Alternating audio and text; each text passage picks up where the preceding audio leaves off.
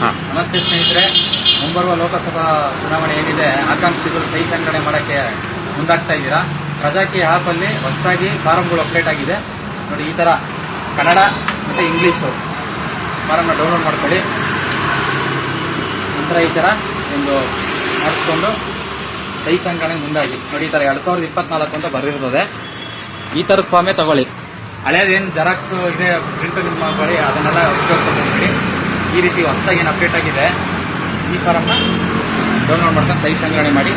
ಎಲ್ಲರಿಗೂ all the best, ಒಳ್ಳೆಯದಾಗಲಿ. ಜೈ ಪ್ರಜಾಕೀಯ.